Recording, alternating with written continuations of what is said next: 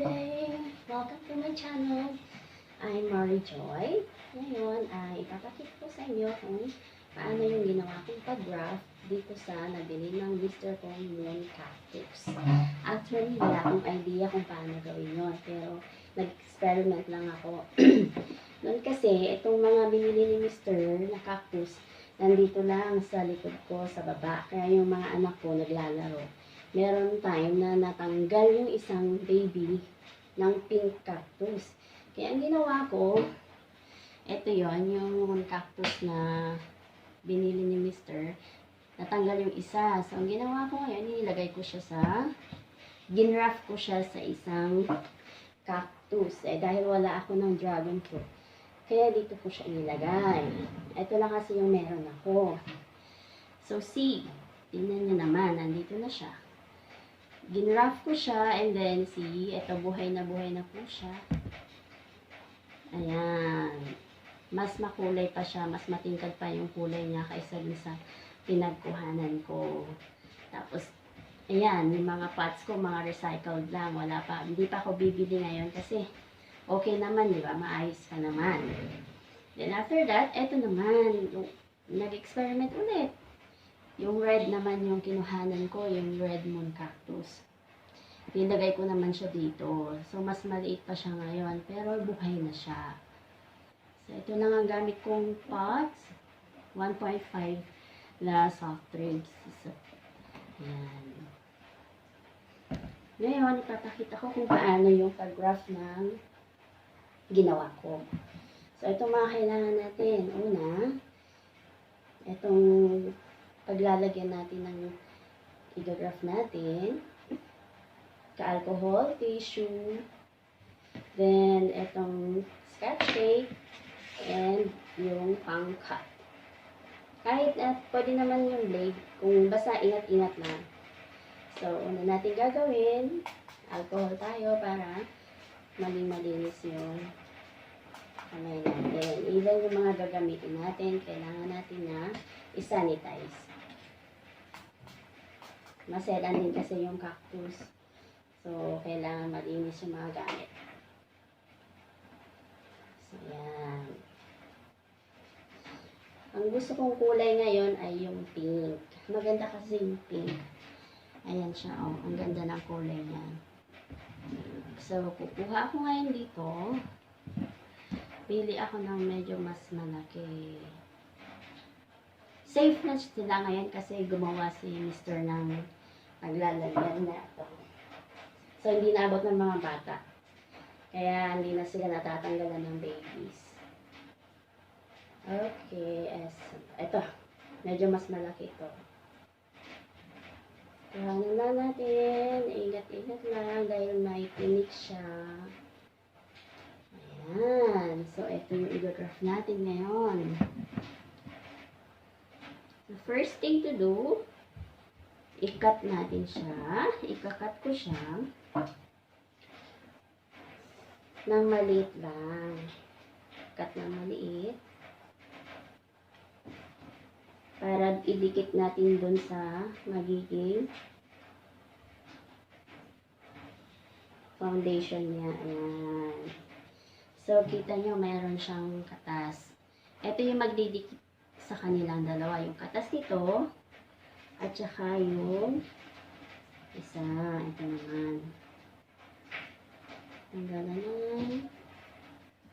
Okay. Perfect. Ayan. Kita nyo may katas. Pagdikitin lang po natin sila.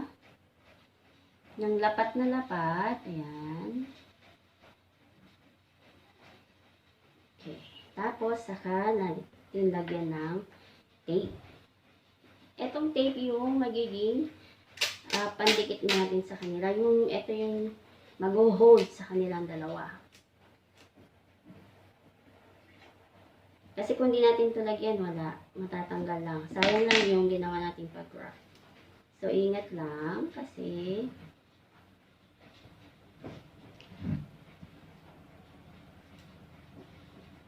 medyo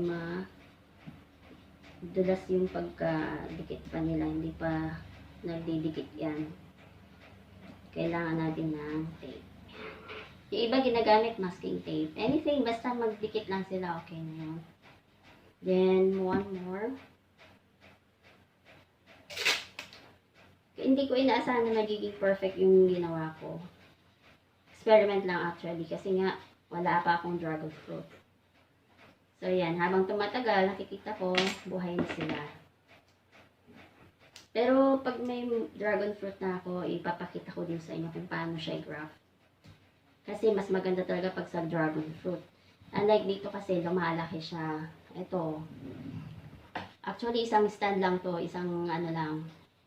Pero ngayon, nagkaroon na siya ng babies. Ayoko naman silang tanggalin kasi maganda naman din, di ba? Kaya, nung makita nga ni mother ko ito, kala niya bulaklak. Kala niya na bulaklak yung cactus. Sabi ko, hindi, dinikit ko lang. Ayan, nagka-interest din siya. Sabi niya, pag ako nagtanim, mabubuhay din. Sabi niya. Ayan, see? Ito kasi isa din. Nanganak lang siya ulit. Ayan. So, at least meron na akong dragon fruit. Meron pang ganito. So, baka sa susunod, hanap ulit ako ng ibang klase ng cactus para gawing stand. So, ito na siya. Pagdidikitin na natin siya ng ganito. Tapos, wait lang natin mga 1 week. Or kahit ilang days, pag nakita nyo dikit na talaga siya, at saka natuyo na yung mga ano nila, yung katas niya dito sa gilid, pwede na natin siyang tanggalin. Pero ako kasi sinisecure ko siya. Mostly, nag-1 week or more ako. Ayan. See, oh, recycled plastic cups. Hanggang may paglalagyan, bakit hindi, di ba? Sayang naman din. Ayan. So, ito na siya. Ganda, di ba? Perfect. Oh, ito yung naging, ito yung first kong grafting. So, ang ganda-ganda na niya. Ito yung second, ito yung third. So, ganun lang po kadali yung pag-graft ng cactus. Naabangan ko ulit yung mga susunod na babies. Madami siyang babies, oh. So, ibig sabihin, marami pa akong ililipat. Marami pa akong gagawing pag-graft. Ito, malaki na. Sinisave ko yung malaki sa dragon fruit. So, soon, papakita ko din sa inyo kung paano yan i-graft sa dragon fruit. Ayan. So, sa susunod, kung gusto niya din mag-graft, gayahin nyo lang yung ginawa ko. Di siya mahirap alagaan, actually. Lagi lang, itong mga to, nasa sun lang lagi. Ito, binibilad ko din lagi. Ito, nilalabas ko. So, ayan. Buhay naman silang lahat. So, see? Ganda, diba? Para siyang bulaklak.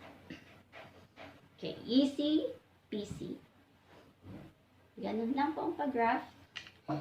Sana may natutunan kayo. And then, please subscribe para sa mga susunod na videos. Eh, ma-update po. Yun lang.